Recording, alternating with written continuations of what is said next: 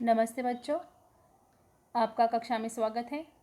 आज हम हमारी पाठ्य पुस्तक से इतने ऊंचे उठो यह एक छोटी सी कविता पढ़ने वाले।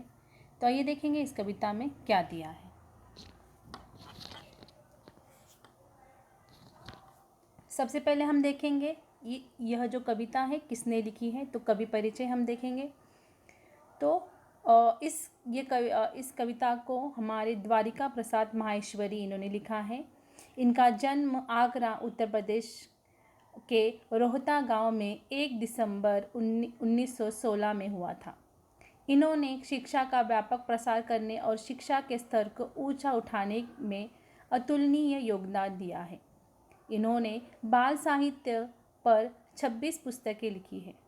इनके अतिरिक्त 5 पुस्तकें नवसाक्षरों के लिए भी लिखी हैं। इनके 6 काव्य संग्रह, 2 खंड काव्य, 3 कथा संग्रह तथा द्वारिका प्रसाद माहेश्वरी रचनावली 3 खंडों में प्रकाशित हुई है। इनकी प्रसिद्ध कविताएं हैं वीर तुम बढ़े चलो, हम सब सुमन एक उपवन के, सूरज सा चमकू आदि है। और इनकी मृत्यु 29 अगस्त 1998 में हुई है।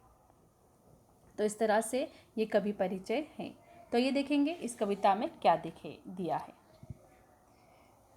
पहले हम कविता के पंक्तियाँ को दोहराएंगे, उसके बाद मैं आपको इसका भावार्थ समझाऊंगी। जैसे कि यहाँ हम देखेंगे कि यह जो कविता है हमारे भारत देश पर आधारित है। तो इस भारत देश में क्या क्या है और क्या क्या हमें करना चाहिए और कितना ऊंचा उठना चाहिए, यहाँ उन्होंने इस कविता में दिया है। तो इतने ऊंचे उठो कि जितना ऊठा गगन है, देखो इस सारी दुनिया को एक दृष्टि से, सिंचित करो धरा समता की भाव वृष्टि से, जाति भेद धर्म वेश की, काले गोरे रंग द्वेष की, ज्वालाओं से जलत जग में इतने शीतल बहो कि जितना मलय पवन है। तो इसका हम भावार्थ देखेंगे। अब प्रस्तुत पंक्तियाँ में कवि द्वारिका प्रसाद माहेश्वरी जी के रचित कविताएं इतने ऊंचे उठो इससे ली गई है। इन पंक्तियों के माध्यम में समाज में व्याप्त समस्त भेदभाव से ऊंचा उठकर समाज में समानता का भाव जगाने पर बल दिया है।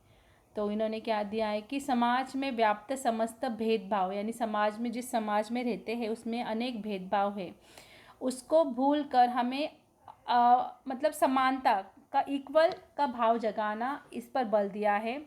इन पंक्तियों द्वारा कवि कहते हैं कि जिस प्रकार वर्षा सभी के ऊपर समान रूप में रहती है, उसी प्रकार हमें भी सभी के साथ समान रूप से ही व्यवहार करना चाहिए। जैसे वर्षा बोलो, चाँद सूरज, यानी जो प्रकृति में है, जो सारी चीज़ें प्रकृति की है वो सभी को एक समान होती है। उस प्रकार से ही हम इंसानों को भी इंसानों के साथ समान भाव रखकर ही चलना चाहिए। हमें राष्ट्र निर्माण में नई सोच के साथ आगे आना चाहिए और सभी को समता की दृष्टि से देखना चाहिए। और कवि कहते हैं कि जो घृणा की ज्वाला से संसार तप रहा है, इसे हमें खत्म कर समाज में मलय पर्वत से आने वाली शीतल हवा की तरह शीतल और शांति लाने का प्रयास करना चाहिए। जैसे जाति भेद धर्म वेश, काले गोरे रंग द्वेष की, ज्वालाओं से जलते जग में इतने शीतल बहो कि जितना मलय पवन है, मलय ठंडी हवा है।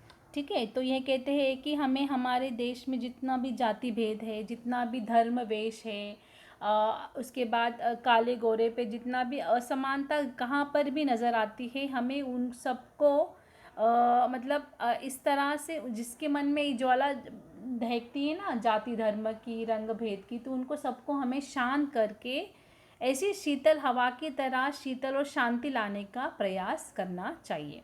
तो इस प्रकार से यहाँ ये कहते हैं कि हम इतने ऊंचे उठो कि जितना गगन है, जैसे आकाश इतना है, हमें सारे दुनिया को, धरती को समान भाव से देखना है और उसी तरह से हमें उनको रखना भी है।